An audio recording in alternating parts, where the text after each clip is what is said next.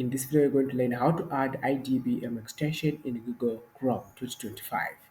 So open your web browser. When you open your web browser, you are going to type www.internetdownloadmanager.com. This is the website you want to come to.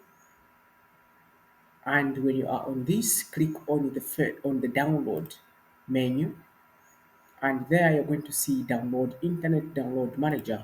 When you click on this, it's going to start downloading. Within no time, it's going to finish. When it finishes downloading, you can open your computer file explore. Then here you can click on downloads, and here you're going to see this file, so you can double click to open it. It's going to ask you the permission, just click on yes. Then you're going to see this Internet Download Manager installation wizard. Click on next, accept the terms in the license agreement, and click next. And here just accept this next. It's going to install all the files needed. Click on finish. Now we have the Internet Download Manager.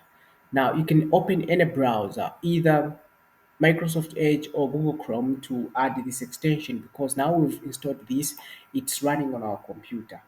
I'm going to open Microsoft Edge. Now here in Microsoft Edge, you have the extensions here, and also you can click on this. You can see here it's saying IDBM integration module extension has been added, which is a good thing, which means when you click on this, you can see that you can turn on the extension.